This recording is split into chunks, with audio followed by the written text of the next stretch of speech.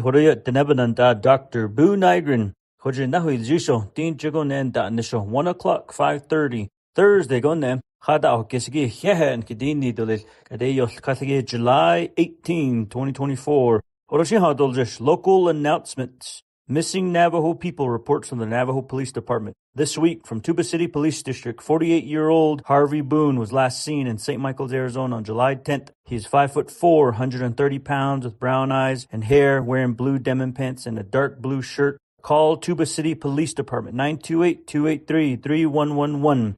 Ishi dal sound asla aja gibich da dosle. Aro from the Winter Rock Police District, 14-year-old E. Zion Begay was last seen June 30th in Tuba City. He's 5'10", 145 pounds. E dal sound she tsabogan hot zan sala because ani gibich da dosle. 928-871-6111. E hot ohwa the neje hada beden taigi horobje deji aro hone nanigi the nehada beden taigi banda hot zenigi. E Janelle Watchman has been located and she is safe. Shavana Begay has been located and she is safe. A message from the Division of Social Services. Summer is here and it is warming up. Staying hydrated is essential. Dehydration can lead to fatigue, dizziness, and even heat stroke. Did you know more than 60% of our body is made up of water? Water sustains and nourishes us, preventing these issues. Carry a water bottle. Encourage friends and family to drink water. Keep an eye out for our vulnerable individuals. Remember, water is life. Tisha ye go ta de stui bini nache you tonda tlinstansi do da bata no sinda tonda tlinti da de stui gibini nache ho yanda ni hiltu do bigata do le corona khanse de kesto yodan hitne gibini nache tonda tlinto da de stui ashon ho nenda heso tra de bigato le da de stui. A message from the Department of Health. The Navajo Nation Special Diabetes Program promotes informed food choices and healthy eating. Tips include stick with facts and not fads. Understand nutrition labels, meet your nutrition needs. Start your day with a healthy breakfast of lean proteins, whole grains, fruits, and vegetables. Try a new vegetable or fruit weekly. Plan and prepare your meals. Stay hydrated if you're active.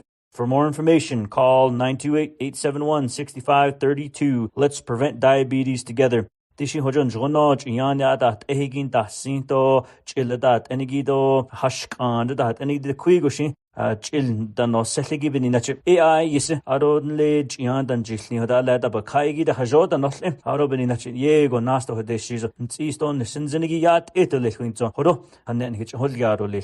A few of the week's accomplishments. Navajo Nation Workforce Development awarded 4-year, $13 million grant. The Workforce Innovation and Opportunity Act amended 4-year strategic plan, comprehensive service plan for our youth services was awarded $13.5 million. To provide better services, the Workforce Development Office includes Navajos living on and off the reservation in their grant application and added apprenticeship and degree programs. Previously, only certificate programs are offered. The WIOA grant allows youth, underemployed, unemployed, and transitioning adults to gain valuable experience or workforce experience to create lifelong careers. Washington le $13.5 million beninache and KNDN and Linigi Workforce Development is anigi the nainada house atona nishat egi ndabden tindo binya by beson kitchen. The Division of Social Services has been developing culturally sensitive services for our Navajo youth and families. DSS and the Navajo Treatment Center for Children and their families finalized an MOU with Gallup-McKinley County Schools to provide family therapy services to Navajo children. DSS ensures these services are fair and culturally sensitive. Gallup-McKinley County Schools and Kalchin the Notkinigi Binache the Naitlinigi Bonet Lon and Kalchin Inada House Atot so the Zin at the neck at Bada Hodol Nil that Enigi Yinache that Edolich Huinzo a Nalso Sadelia. The Department of Agriculture has successfully completed its wool and mohair purchasing program. This effort began due to multiple constituents expressing concerns about the lack of wool purchasing programs. The Director of Department of Agriculture collaborated with the Net College and the Agriculture Infrastructure Fund to host a 3-day event. On the first day, trucks and cars lined up behind bashes to the intersection with many people driving hours to sell their wool. I want to thank everyone who contributed to this event's success. We aim to make this an annual event so Navajo sheep herders have a reliable place to sell their wool, supporting their livelihoods and preserving our traditions. Dia hode the nebanant abet has anigim the kuigo shit ne hunda has neton handaka. Di de bebga hayun da so zoben in chala da dilnil da nene eashon le belho banda hadil ne beniye a large shanad neshigi Department of Agriculture Jesse Jim do the ne college that enigin jono shayin das neshigi ban kiltahojo si chidel ketest de bebegan da so yenigi lo hehen kedin ni dele an nehin de beta halno do beni nach da idol kedan beni nach hot o beltahuil hot on khan side kestolil. This past Monday, I delivered the State of the Navajo Nation report to the Navajo Nation Council for their quarterly State of the Nation, the summer session. I emailed the PDF over to them, and I broadcasted the full State of the Nation address on my social media feed. But I'm here to reiterate the State of the Nation to our radio viewers who were unable to listen on Monday. So here it goes. Since the 1960s, there have been 4 Navajo chairmen and 9 Navajo presidents and 15 administrations before ours. Ever since Raymond Nake was chairman, each administration tried to gain water rights to access Colorado River water for our people. It couldn't be done since 2012 when another settlement was unsuccessful before the Navajo and Hopi councils. Every Navajo administration since then tried to bring the parties back to the negotiating table to revive a settlement, but failed. Today, we celebrate the success of a new agreement among 3 tribes and look for its authorization by the U.S. Senate and the House of Representatives by the end of 2024. Few accomplishments compare in magnitude to the Northeastern Arizona Indian Water Rights Settlement Agreement that was accomplished by our legislative and executive branches working together. From our first meeting between the council and my office at Twin Arrows Resort last year, when I told everyone we had to get this settlement done, to the signing of our legislation here in Window Rock in May, this is a singular achievement that will benefit so many of our people for so long. After 15 months of very hard and intense work with weekly negotiations with the U.S. Bureau of Reclamation, the state of Arizona, the Hopi tribe, the San Juan Southern Paiute tribe, we got it done. On July 8th, U.S. Senator Mark Kelly and Congressman Juan Ciscomani, both of Arizona, introduced our water rights settlement as legislation to the U.S. Congress and House of Representatives. We were able to talk to more representatives who agreed to be co-sponsors on this important bill. I have expressed my gratitude to bipartisan representatives. They are Senator Kristen Sinema, Congressman Greg Stanton, David Schweiker, Raul Grajova, and Eli Crane. All of them accepted the challenge to support 3 tribes and others to get this $5 billion piece of legislation up for a vote. After hearings are held, when I will offer testimony about how important this is to bring water to thousands of Navajos who now haul water, we hope this bill comes to a vote before the end of 2024. These representatives' unity and support means so much to the Navajo people that their efforts will never be forgotten. Here at home, we have many people to thank for more than a year of constant hard work. From our legislative branch, I want to acknowledge Navajo Nation Council Speaker Crystalline Curley, Navajo Nation Council Delegates Casey Allen Johnson, Helena Nez, Brenda Jesus, Sherilyn Yazzie, Otto So, Carl Slater, Shauna Claw, Jermaine Simonson, and Herman Daniels. From our Department of Justice Water Rights Unit, thank you to Associate Attorney General Michelle Espino, Attorney Mark Stant, Louis Danette Sosi, Water Consultant John Leeper, and Principal Hydrologist Robert Kirk. Critical to getting this done has been the Navajo Nation's Water Rights Commission. We must thank Commission Chairwoman Jolyn Ashley and the Commission's members, some who do double duty like Water Resources Director Jason John and Hydrologist Crystal Tooley Cordova. No previous commission has been composed of the expertise and experience your members brought to this incredible task. Thank you. 2 women that deserve special recognition. First, our own Manitoba Attorney General Ethel Branch. No one could have navigated the legal twists and turns of such a complex and comprehensive water rights settlement and guided her staff better. I envisioned this day when I asked her to be our Attorney General. Thank you, Madam Attorney General. No one does anything alone. We cannot achieve greatness without greatness behind us. My Chief Legal Counsel, Bitta Becker, embodies greatness in every endeavor and every conversation. Bitta kept the negotiations on track, moving steadily forward. Thank you, Bitta. You have established yourself as a preeminent negotiator. We will forever be grateful to these individuals for leaving a great legacy that will benefit our Navajo people for generations to come. When this settlement is authorized by Congress, it will authorize $5 billion in federal funding for 7 major water projects and pipelines It will allow the transfer of water from the Colorado River upper basin to the lower basin. This will allow us to bring water from the Navajo Gallup pipeline to Window Rock and other communities that need it. Most importantly, it will bring substantial, clean, safe, reliable drinking water to Navajo chapters across our land and will provide good jobs for years to come. Thousands of our Navajo families will finally be able to have running water in their homes for the first time. Council members, unity enables us to achieve historic accomplishments. In just 18 months, we have secured 2 historic water rights settlements and saved ARPA.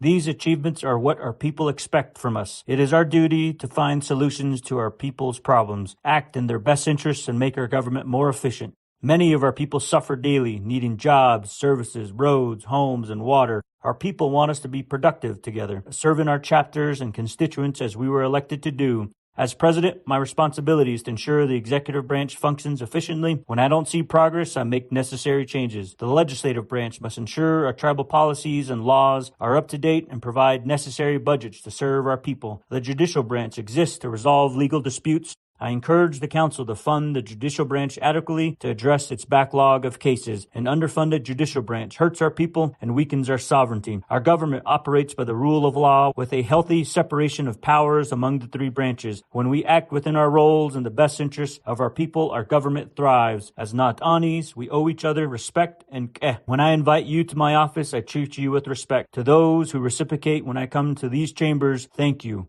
I enjoy our discussions on law and policy. I came into office with high expectations for myself and extend these expectations to everyone in the executive branch. Our capacity for systematic change is vast. Let's use the unity of our water rights negotiations as a framework to govern for our people's needs. Teamwork will help us build homes, repair roads, reopen senior centers, and more. When changes are needed in the executive branch, I am not afraid to make them. My responsibility is to the people who entrusted me with this role. By working together, we can build trust in my decisions. Each delegate can help by ensuring we have the legislations to address our people's needs. Harmony is the greatest value of the Navajo people. Let us support one another to confront challenges like poverty, illness, domestic violence, child abuse, alcoholism, social problems. Our role as Natanis is not to undermine other leaders through personal attacks or insults. Such actions fail to move our government forward. We are here for the welfare of our people. We are all the people's leaders. They look to us to improve their lives with ARPA dollars, our water rights settlements before Congress, our plans for infrastructure and economic development. We have great opportunities. Leadership is born of unity. Discord is born of disunity. Let's be leaders our ancestors and constituents can be proud of. Rise above criticism and continue to work together. Let's show the people our initiative, innovation, and inspiration to drive change. Members of the Honorable 25th Navajo Nation Council, thank you very much. Dia horopesh mahasaan the mo bis kanaye da sar bech huishla dia si yegon jono de nil nishto de kui goshi che na nishdat ene nasko balte nit adira tkhos doje bayadel tkegia sin jono bin dasil nishto nasko baltadit ankade kenal kede ye hawanate wan nal sos patato sos yese alkhan de jato hajol chi yadel tkeo na nish yego dan ayem alkhontel ne the snow na besar bech huishla aro the kui go shil to asi tida ne Washington do the kushi ayone la peso kich hol yayan de njonon tasi kans do an hin ke peso edelia kade do bekin da astoda an hin ke peso no kade nasty des kan halet ola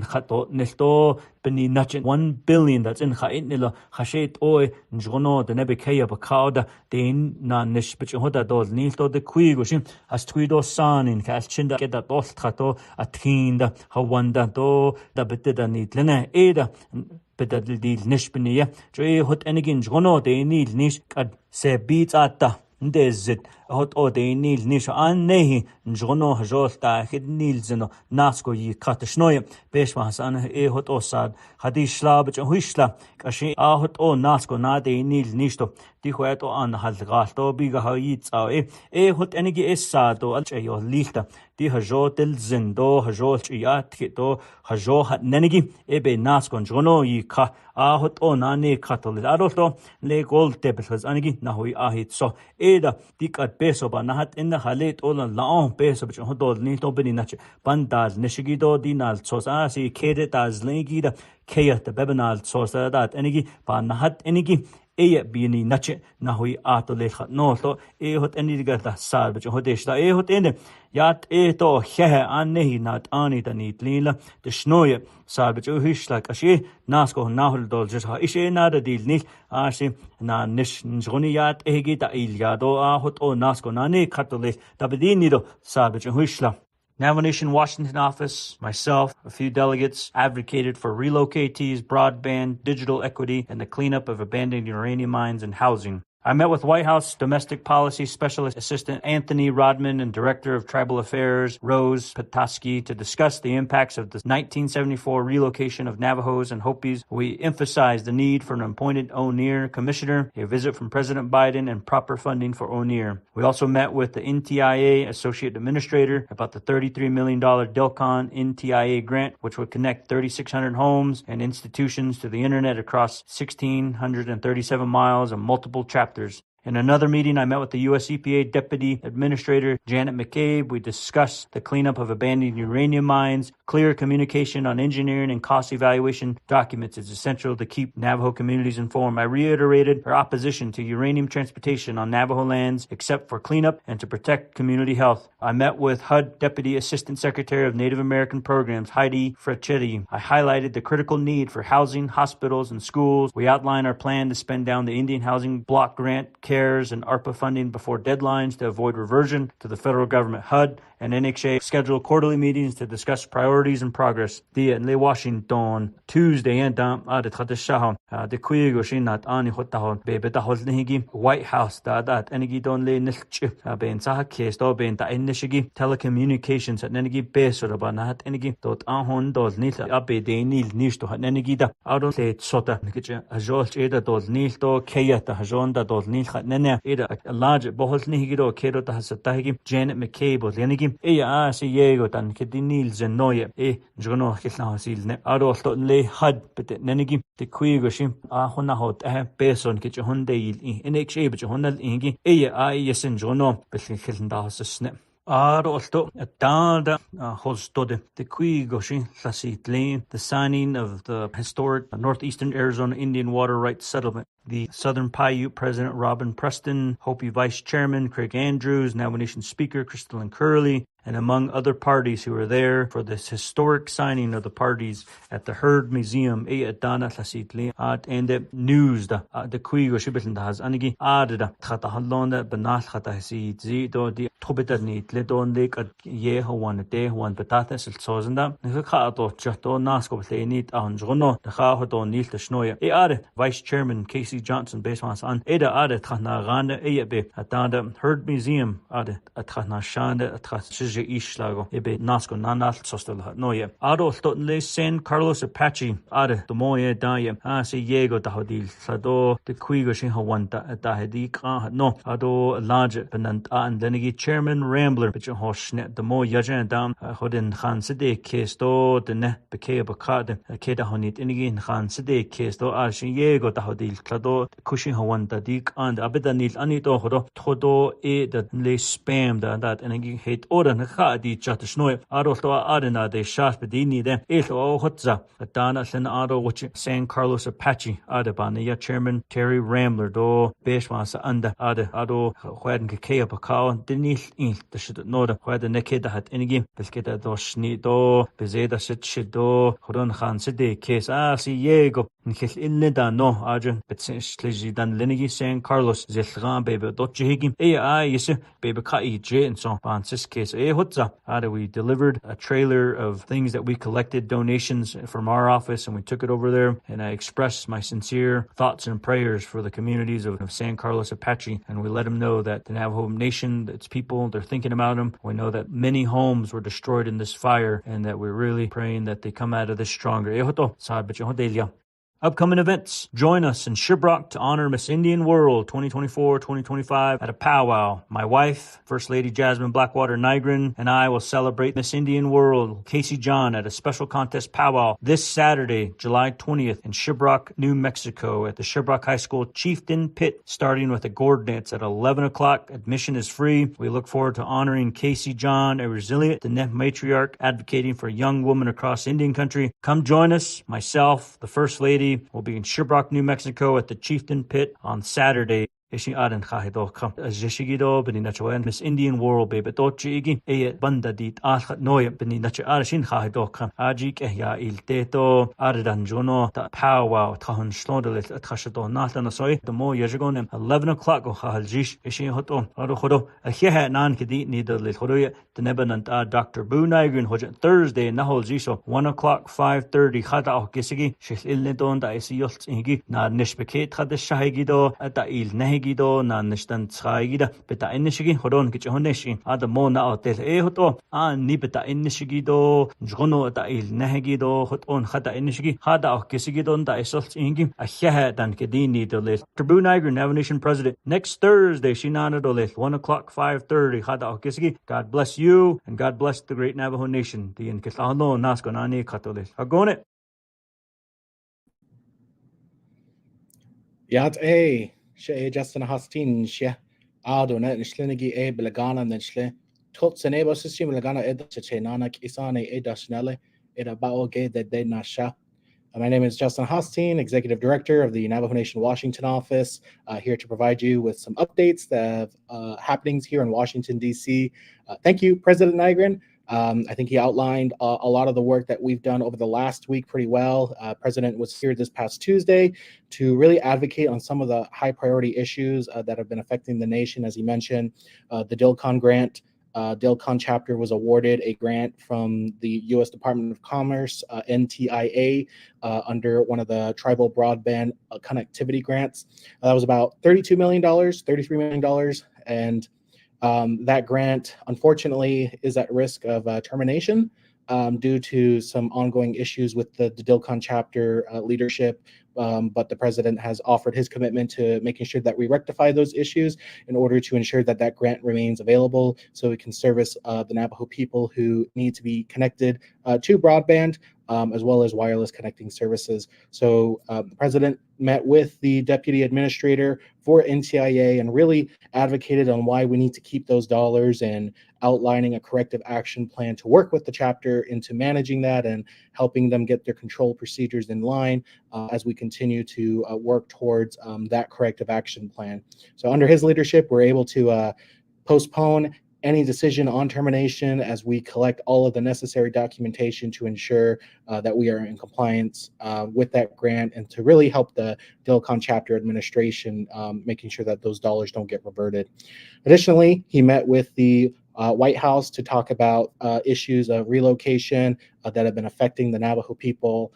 As many of us are aware that during the forced relocation of the Navajo people, over 16,000 families were relocated, and that really has sparked a lot of generational issues moving on to second and third generation folks that are now being affected.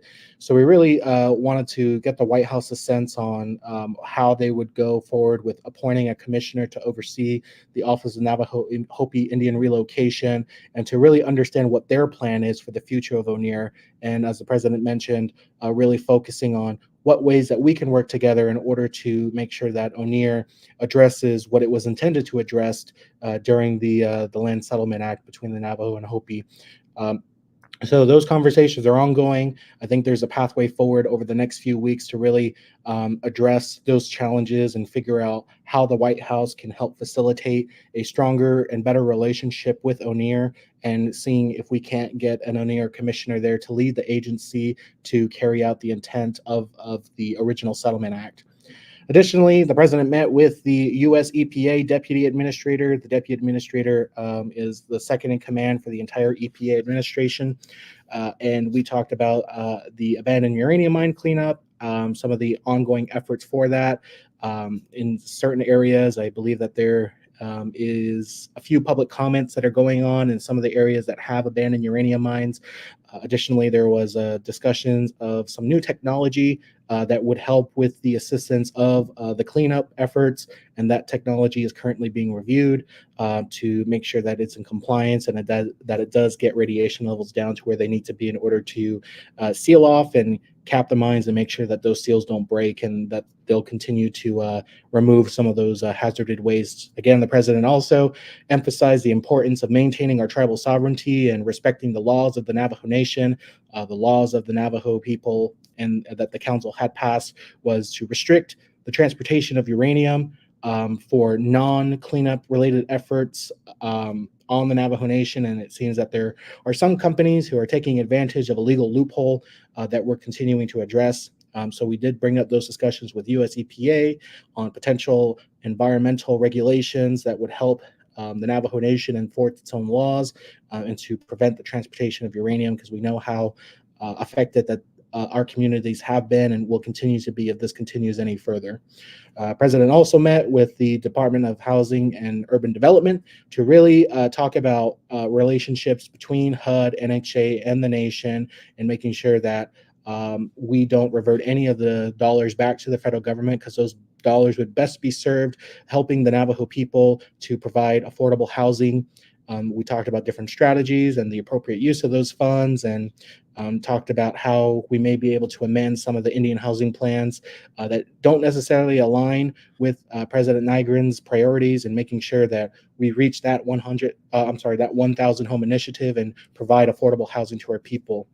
In other news, there are ongoing efforts to really reverse some of the decisions that President Biden has made for the Grand Canyon National Monument. The Arizona State Legislature, led by the Senate President Warren Peterson, House Speaker Ben Toma, and Treasurer Kimberly Yee, they have filed a lawsuit against the Biden administration, and they contend that the monument designation encompasses an overly broad area and argue that it infringes upon state interest, particularly relating to trust lands and potential mining operations.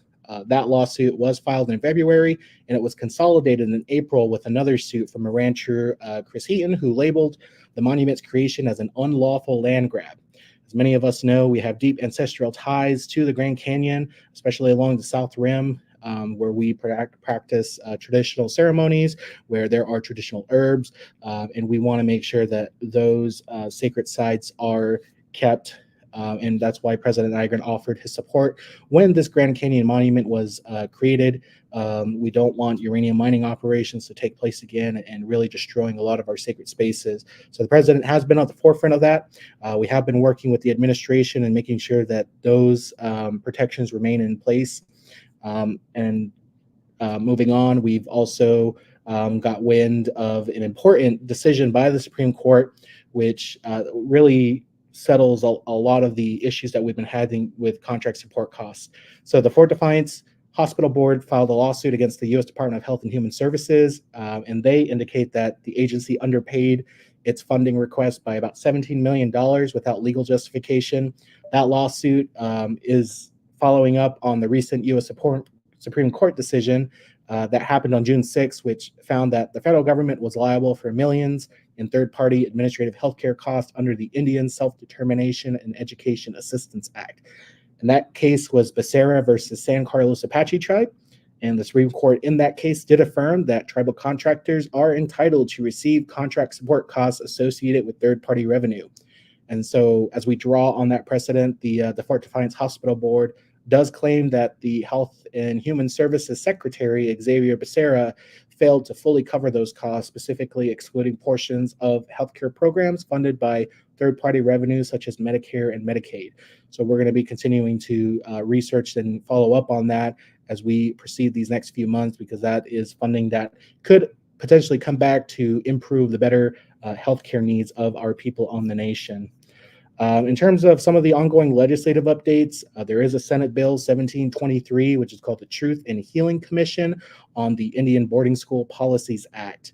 And that bill itself is a bipartisan bill that's aimed at shedding light on federal government's past efforts to assimilate Native American children through Christian boarding schools. So that has gone through the Senate for consideration. It was introduced in the last Congress. It was reintroduced this Congress back in May, and it has support from over 24 senators. And the leader of that bill right now is Senator Elizabeth Warren. And they're going to try to continue to get that commission established to review some of the ongoing issues with a covering of mass graves within some of these sites, and how to get those graves either returned back to their tribes or to settle some ongoing disputes between the families. Additionally, we are continuing to work on the Radiation Exposure Compensation Reauthorization Act. Although the act did expire earlier in June, our efforts have not lifted from making sure that Congress really focuses on a solution to provide compensation to those adversely affected by exposure to radiation in the uranium mines. We have been working with Senator Hawley very closely on this issue, as we always have been, as well as Congresswoman Ledger Fernandez and Senator Lujan. So we're going to be continuing to find a path forward. We're going to try to get this approved through the National Defense Authorization Act for FY25. That'll be filed as an amendment within the Senate now that the House has already kind of passed their NDAA, and we're going to continue to look for any legislative vehicle moving forward to get that bill included, because our Navajo people deserve justice and compensation for their work in the uranium mines. We also have a few other legislative bills, but the last one that I'll cover this session, and we'll look forward to our next update, is the Tribal Community Protection Act of 2024. And that bill was introduced by Congressman Adam Schiff of California, and it was referred to the House Committee on the Judiciary. No other action has been taken on that bill. The Omnibus Crime Control and Safe Streets Act of 1968 created the Edward Byrne Memorial Justice Assistance Grant Program, which really can be used for a variety of activities related to criminal justice, including, among other things, providing assistance to law enforcement, prosecution, court programs, planning and evaluation, and crisis intervention. Now, we're not really clear on whether or not that would change the authorized legal use of this type of grant funding, but in any case, utilizing the grant to cover some of those activities really helps tribes out. So we're really taking a look at this bill to make sure it's stronger and that it doesn't undermine any of the existing efforts or give the impression that these programs would improve any interjurisdictional cooperation and sharing information. So we're working on technical fixes to that legislation to make the grant stronger. We don't want it to take away from any of the other program, but it does seem something that the nation is very interested in. That's all that I have for this week, but I appreciate, being able to communicate a lot of the ongoing efforts that the Navajo Nation Washington office is doing, and we look forward to our next update. Thank you. Good afternoon, everyone. My name is Effie Etzidi. I'm the Executive Director for the Office of the Navajo Tax Commission. I'm a Kia'ani, born for Tabaja, coming from Noshchiri, New Mexico, is my original hometown. Both my parents are from there. And probably about 20 years ago, I had moved to the Winter Rock area. So that is where I am currently from. This afternoon, I will be giving you an update on our tax revenue collection for the Navajo Nation. My office administers 9 business taxes. Again, these are taxes on business activities on the Navajo Nation. We have the sales tax, Navajo sales tax, most people are familiar with. We have the tobacco products tax, possessory interest tax, oil and severance tax, business activity tax, fuel excise tax, and hotel occupancy tax. Our latest 2 are the junk food tax and the alcohol tax, which have probably been imposed for the past 10 years, I believe. Okay, so for third quarter fiscal year 2024, which is going to be April, May, and June of 2024, we had collected $38,010,898. Now this amount covers all of the 9 taxes I had just mentioned.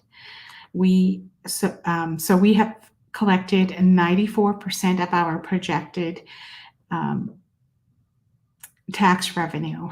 Our projection for fiscal year 2024 was $111,675,000. So far to date, we've collected 94% of that. Majority of these taxes go into general funds. So for third quarter 2024, we had $22,169,592 go into general funds. Now, I am going to go through each one of these taxes separately and give you the amounts on what was collected in each of the segments. So for sales, the Navajo sales tax, we have that broken into two sections. One of them is going to be the non-retail sales, which is going to be your professional services. It's going to be your mainly construction work done on the Navajo Nation. General contractors pay 6% on their contracts for all the construction work, construction activity that they do on the Navajo Nation. So for third quarter, we collected $16.5 million in sales tax revenue. Tobacco products tax, we collected $37,000. Possessory interest tax, $9.2 million. Oil and severance tax, we collected $1.9 million. Business activity tax, we collected $2.5 million.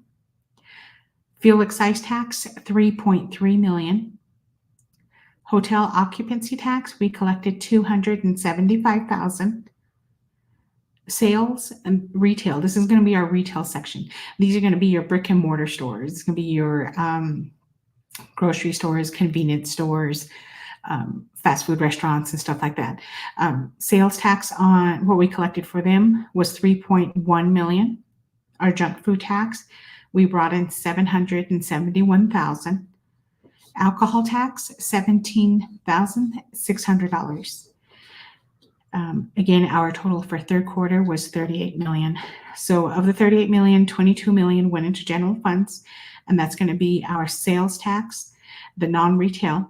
Half of that goes in there, which is $8.2 million, went into general funds. All of our tobacco products tax, possessory interest tax, oil and severance, and business activity tax all went into general funds. So that's the $37,000, the $9.2 million, the $1.9, and the $2.5 million, and that rounds up our $22.1 million that went into general funds this past quarter. We projected $59 million going into general funds for the entire fiscal year. Right now, we have collected 95% of that, so we are doing very well. We are in our last stretch for fiscal year 2024. Right now, we're in fourth quarter 2024, which is all of our tax collections from July 1st to September 30th is going to round up our last quarter for the fiscal year. And so to reach our projection, we're off probably by $6 million, and I'm very confident that we will go ahead and collect $6 million, probably slightly a little bit more to push us over the edge to get us to meet our projection for the fiscal year 2024. So some of the things that I am working on for this year, rounding up my first year with Tax Commission. July 24th will be my first year with Tax Commission as Executive Director, and I'm very proud of the work that we've put out so far in all of our tax collections. So we had worked on the tobacco products tax legislation.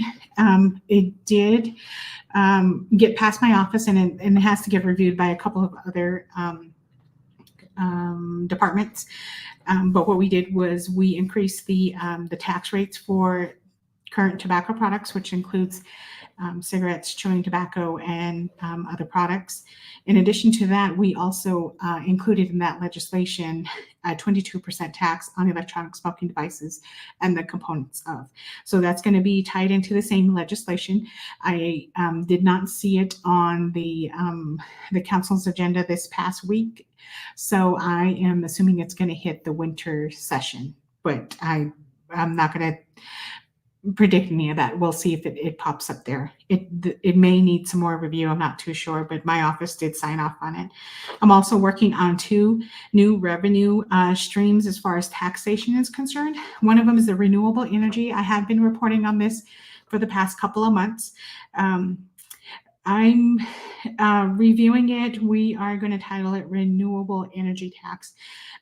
It was also known as a solar tax. It started off as a solar tax, but with more research, I think we're going to tie it in with wind energy also. So it's not just going to be solar. It's going to be applicable to other renewable energies. Let me see. So we have to, I'm looking into the solar and the wind part of it. In addition, I'm trying to make it work for most renewable energy companies out there, not only the Navajo owned businesses, but also for companies coming from outside the nation. Lastly, this has to be strategically written to where it's competitive with our neighboring states. We don't want to have our tax rates so outrageous to where it will not bring in the additional revenue and new businesses to the nation. So I'm confident that we can find a solution to this problem, and we'll be able to draft and edit a proposed legislation. And so one of the other things that I had been reporting on was the personnel for our office. We do have one vacancy, the senior minerals specialist position, which I will be advertising here soon. But I'm happy to report that we hired 2 new tax compliance officers. If all goes well, they will be joining our office at the end of July, and that should be wrapping up our compliance team. We have over 4,800 taxpayers registered with our office, and this number grows every day. So going forward, I will be budgeting for new positions with our office to keep up with the growing number. That's all I have to report this month. Check back next month, and I should have some new numbers for you all. Stay safe, Navajo Nation, and have a great day. Thank you. That's probably how this is. Oh, I'm on now. Yaden Shay Taslin Curly Nisha, Tuahana Nishlet, Nas Eshita Bahal Hashishin, Tunakoji Dashiche, to the Chini Dashnella. Yuse Aya Tudaneshe, Dan Nasha. Hello, everyone. Good afternoon. My name is Chazin Curly. So this is my second year interning as an Indigenous Communities Fellowship for Office of the First Lady, Jasmine Nygren Blackwater. I'm a third-year student at Stanford University, majoring in human biology with a minor in Native American Studies. And this is last summer, I worked alongside President and First Lady on impactful projects like the College Supply Drive with Denai College and Navajo Technical University. And I look forward to the upcoming community engagement projects. And in fact, tomorrow, Friday, July 19th, from 9 a.m. to 12 p.m., we invite all chapter interns, employees to join us here at the Office of the President and Vice President. We'll be talking about Navajo Nation government. We'll be listening to inspirational messages from nation leaders, and we'll be providing lunch, of course. And on Saturday, July 20th, we'll be hosting the Miss Indian World Casey John Honoring Powwow, Contest Powwow in Shiprock at the Chieftain Pit. Lastly, I send my appreciation to the Nygren administration for the opportunity to be part of the team and to give back to Navajo. Yeah, Hagonet.